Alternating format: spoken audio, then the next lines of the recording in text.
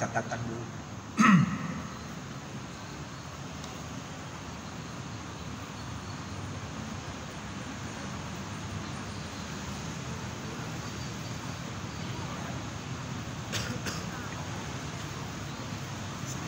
Bunga mawar, bunga cempaka, harum baunya amat terasa.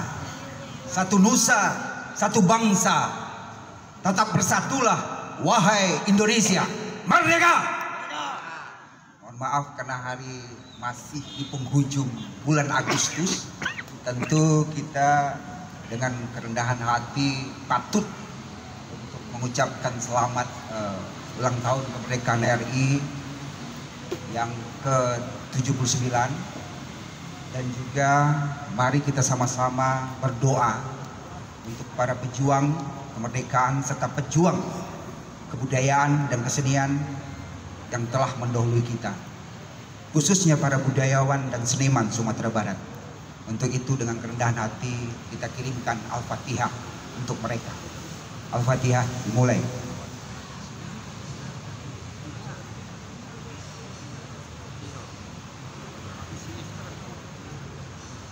Selesai.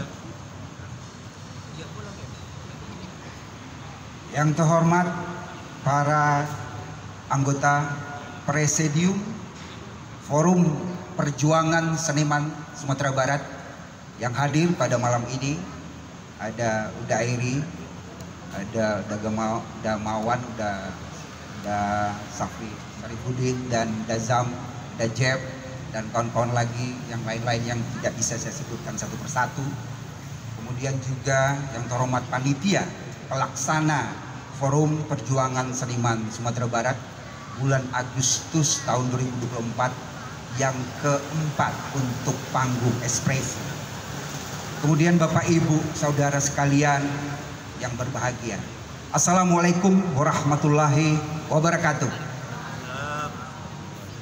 Pertama saya ucapkan terima kasih pada panitia yang telah memberikan kepercayaan pada saya untuk membacakan orasi dengan judul Orasi Budaya Antara Ideal dan Fakta. Bicara masalah ideal dan fakta, secara etimologi bisa kita ambil pengertian bahwa ideal menurut Kamus Bahasa Indonesia yaitu adalah sesuai yang dikehendaki, yang diinginkan, dan dicita-citakan. Sedangkan fakta adalah sesuatu yang tertangkap oleh indera manusia atau data keadaan nyata yang terbukti dan telah menjadi kenyataan, atau sesuatu yang benar-benar ada dan terjadi. Contoh, ketika lampu lalu lintas berwarna merah, sesuai aturan dihendaki kendaraan bermotor harus berhenti. Namun faktanya ketika lampu merah pada tengah malam atau tidak ada aparat yang menjaga pengendara, tidak berhenti. Idealnya lokasi Taman Budaya Sumatera Barat menjadi area atau wadah kegiatan kesenian dan kebudayaan, khususnya kebudayaan daerah, berupa penampilan karya, sarasehan, lokakarya, publikasi, informasi, dan edukasi. Tentu mesti didukung dengan fasilitas yang representatif. Namun faktanya hari ini semua yang diharapkan atau yang dihendaki itu tidak terwujud secara optimal. Yang ada hanyalah bangunan-bangunan terbengkalai yang tidak jelas kapan selesainya.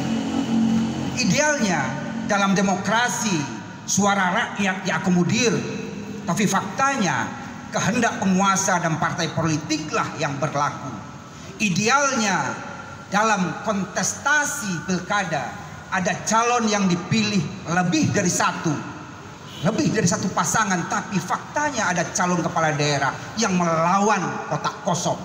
Idealnya aturan dipatuhi dan dijalani, tapi kenyataannya kalau tidak cocok dengan kepentingan kelompok atau individu tertentu, malah aturannya yang dirubah.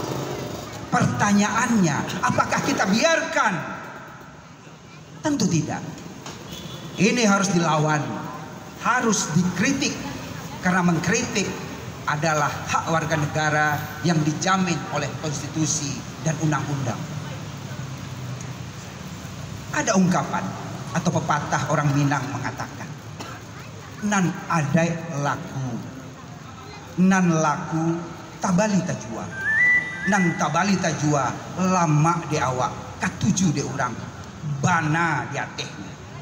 Jadi kalau ada aturan yang tidak berkelakuan, suka-suka, tidak ada kepastian, tidak memberikan kemanfaatan, tidak berkeadilan, itu bukan aturan yang baik dan akan mendapat penolakan dari masyarakat. Dan kalaupun tetap dijalankan akan tetap menimbulkan konflik. Kalau bahasa Latinnya, leg inuista non est leg. Aturan yang tidak adil bukanlah aturan yang benar. Kita tahu orang Minang itu egaliter, duduk samo rendah, tagak samo tinggi. Bisa berbeda pendapat, namun perbedaan pendapat digunakan untuk membuat permasalahan mendapat solusi yang terbaik. Jadi ketika basilang kayu ditungku, gunanya agar beras ditanak menjadi nasi, layak dimakan, bukan menjadi hangus atau pariuannya jadi sompong karena apinya besar. Bahwa semua manusia itu mempunyai keinginan kebebasan berkehendak. Maksud kebebasan berkehendak ini bukan berarti bebas dalam bertindak, namun dengan adanya kebebasan ini manusia dapat mengontrol nafsunya, nafsu berkuasa, nafsu memperkaya diri sendiri, karena manusia makhluk yang berpikir. Melalui pikirannya manusia dapat menentukan mana tindakan yang baik dan tindakan yang buruk. Relatif terjadi undangan yang kita terima, acaranya diskusi katanya. Namun dalam prakteknya pihak penyelenggara melakukan sosialisasi. Sistem aspirasi yang terintegrasi meliputi elemen-elemen seperti transparansi, akuntabilitas, representasi yang adil dan kesetaraan yang memungkinkan sistem ini responsif dan menyerap aspirasi secara optimal, mengakui dan menghargai keberagaman aspirasi, memungkinkan pemimpin dan warga mampu mencapai konsensus yang lebih baik dan harmonis. Proyek publik seringkali menjadi sasaran tangan-tangan koruptor yang merusak integritas dengan tujuan pembangunan. Dari tujuan pembangunan yang sebenarnya, anggaran yang seharusnya digunakan untuk kesejahteraan rakyat dan digelapkan demi keuntungan pribadi oleh para oknum yang tidak bertanggung jawab. Proses pengadaan yang rumit dan birokrasi dimanipulasi oleh mafia proyek. Oknum terselubung di setiap keputusan penting dan mengambil bagian dari anggaran publik. Rakyat yang seharusnya menjadi penerima manfaat utama justru terpinggirkan. Sudah saatnya masyarakat kembali bangkit menjalankan fungsi sosialnya. Kembalikan kepercayaan publik dan ciptakan pembangunan yang benar-benar bermanfaat bagi masyarakat. Transparansi dan akuntabilitas adalah niscaya. Kita berharap praktik spiritual, warisan budaya, tradisi lisan dan keseimbangan alam senantiasa dijaga dan dilestarikan guna mempertahankan identitas kolektif dan nilai-nilai kebudayaan yang berharga. Hingga saat ini dan kedepannya masyarakat adat tetap hidup dan memberikan kontribusi nyata bagi keharmonisan, keberagaman dan kekayaan suatu bangsa. Mari kita bersama membangun ekosistem kebudayaan di Sumatera Barat sebagai interaksi yang saling menunjang antara pelaku kebudayaan, pengguna atau pengambil manfaat lingkungan atau tempat kebudayaan itu, dan unsur-unsur kebudayaan dalam satu kawasan tertentu. Melibatkan antar generasi dalam membangun ekosistem kebudayaan adalah penting, terutama generasi X sampai dengan generasi Alpha. Ada ungkapan, setiap zaman ada tokohnya dan setiap tokoh ada zamannya. Dunia hari ini telah berubah dalam masa revolusi industri 4.0. Perkembangan teknologi dan informasi begitu pesatnya. Sudah saatnya kita saling mendangakan, saling mendengarkan. Bukan siapa yang mengatakan, tapi apa yang dikatakan. Bisa saja yang bicara itu masih muda atau tua, penguasa atau rakyat Badarai. Kita berharap antara ideal dan fakta makin mendekat, bukan tambah menjauh. Antara implementasinya sejalan. Kato dahulu Batapati, kato kudian kato bacari. Jangan lagi ada ketika aturan tidak sesuai untuk kepentingan kelompok atau individu tertentu, aturan yang dirubah. Jangan lagi ada ungkapan lebih baik minta maaf daripada minta izin.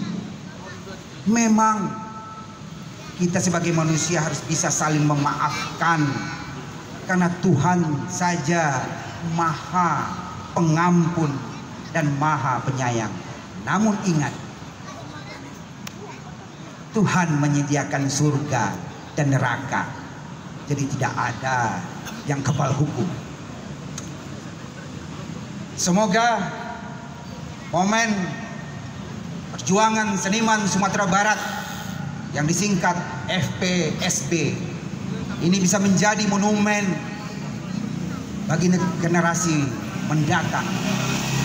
Walau ada yang bilang momennya telah hilang katanya, dan tujuannya harus kembali dievaluasi. Tapi saya berpendapat perjuangan kita tidak hanya bersifat perjuangan kita tidak bersifat fisik semata, namun lebih besar dari itu. Perjuangan kita hari ini bagaimana membangun ekosistem yang berkelanjutan, berkesinambungan. Itu tidak akan terjadi tanpa ada perjuangan dan rangsangan untuk dapat tumbuh di tengah-tengah masyarakat. Maka saya percaya bahwa perjuangan kita belum selesai. Banyak maaf, terima kasih atas perhatiannya. Mohon maaf atas segala kekurangan. Billahi taufik wal hidayah. Assalamualaikum warahmatullahi wabarakatuh. Padang 31 Agustus tahun 2024.